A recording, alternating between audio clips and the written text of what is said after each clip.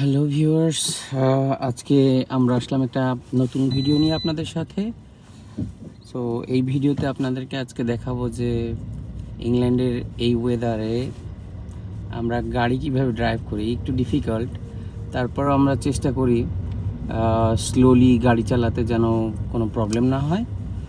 তো আপনারা দেখতেই পাচ্ছেন আমরা একটা আবাসিক এলাকার ভেতর দিয়ে যাচ্ছি। খুব তাড়াতাড়ি আমরা মেন রোডে যাব। সো আপনারা যারা ইংল্যান্ডের আবাসিক এলাকাগুলো দেখতে খুব ইচ্ছুক বা যাদের স্বপ্ন আছে ইংল্যান্ডে আসবেন দেখবেন, তাদের জন্যই মূলত আমার এই ভিডিওটা বানানো।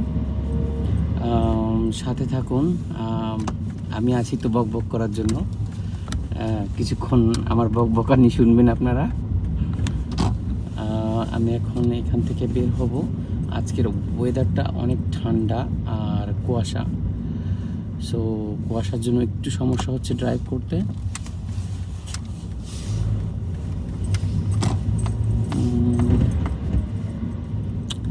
নর্মালি আমি ব্লগটা করি অনেক দিন পর পর, এর জন্য হয়তো বা অনেকে আমাকে খুব একটা সাপোর্ট করতেছেন না।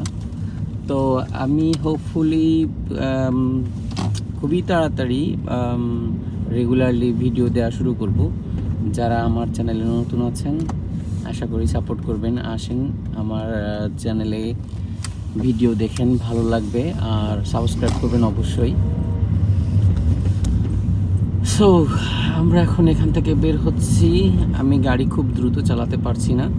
আমি সবার উদ্দেশ্যেই বলছি, যারা ইংল্যান্ডে গাড়ি চালান অবশ্যই এই ওয়েদারে অনেক সাবধানতার সাথে গাড়ি চালাবেন, যেন কোনো ধরনের কোনো প্রবলেম ফেস না করতে হয়। আমরা এখনই মেন রোডে উঠে যাব।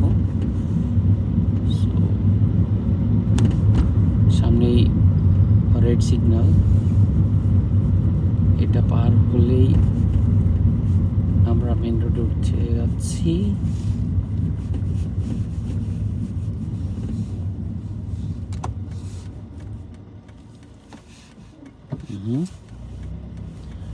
মানে একটু দেখতে অসুবিধা হচ্ছে, কাছের থেকে দেখতে হচ্ছে, দূরের কিছু তেমনভাবে ক্লিয়ার দেখতে পাচ্ছি না। আপনারা এইটা দেখলে বুঝতে পারবেন সামনে কিছুই দেখা যাচ্ছে না, জাস্ট কাছে অ্যারাউন্ড 50 মিটার্স দেখা যাচ্ছে সব কিছু। উইন্টার ইংল্যান্ডে খুবই একটা খারাপ বিষয় বলতে গেলে, সবার জন্যই।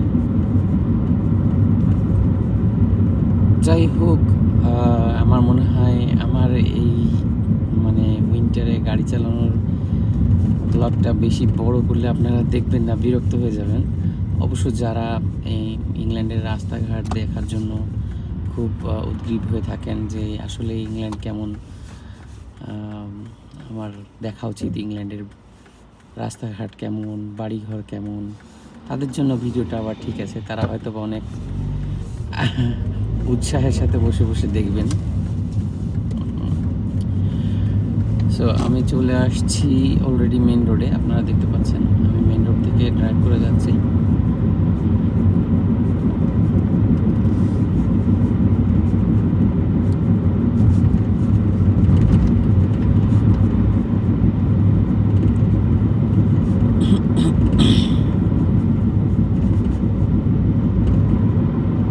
আমি ড্রাইভ করতে খুবই পছন্দ করি, আমার অনেক শখের।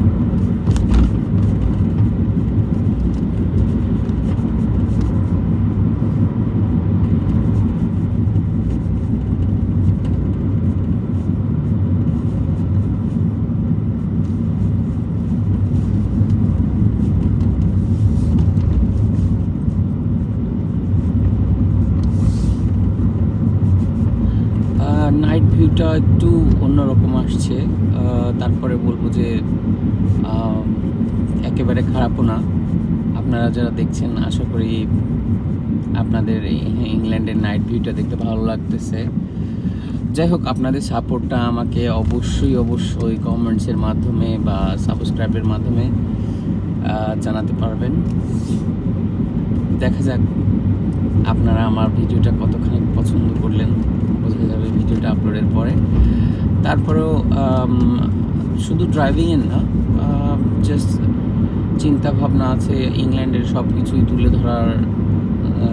যারা আসলে ইংল্যান্ডের সব কিছু দেখতে খুব আগ্রহী, লাইক ইংল্যান্ডের মানুষদের কালচার, তাদের ড্রেস আপ, তাদের বিভিন্ন ধরনের অ্যাক্টিভিটিস, লাইক অনেক অনেক সময় অনেক মেলা হয় এখানে ছোট ছোট পার্কের ভিতরে। সো আমি অবশ্যই সেইগুলো আস্তে আস্তে করে আপনাদেরকে দেখানো চেষ্টা করব।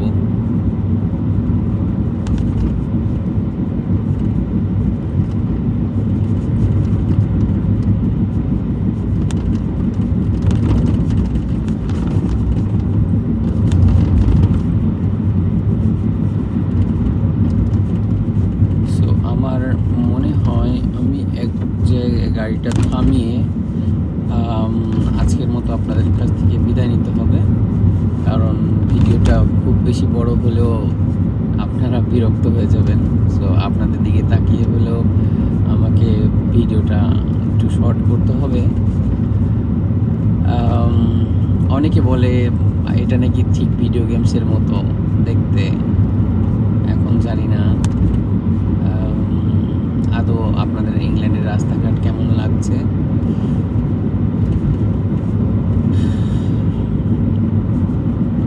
এখন ইংল্যান্ডে রাত খুব বেশি না, 9টা 9:30।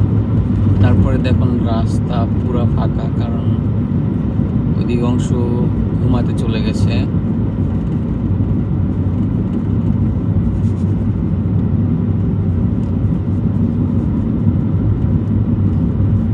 কারণ সবাই সকাল 6টার ভিতরে ঘুমে থেকে উঠে কাজে চলে যায়, অনেকে ভোর 5টার সময় যায়।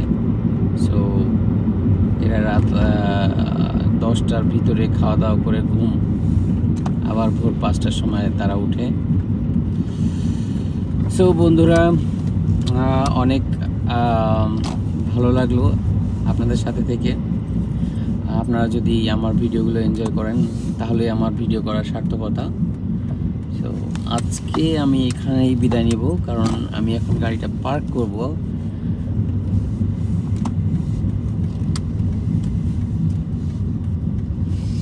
সো চলে আসছি আমি জাস্ট ভিডিওটা অফ করার জন্য। এখানে একটা রেস্টুরেন্টে আসলাম, রেস্টুরেন্টের পার্কিংয়ে।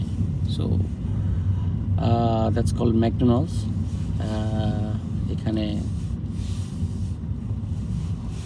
So here is the McDonald's, চলে এসেছি।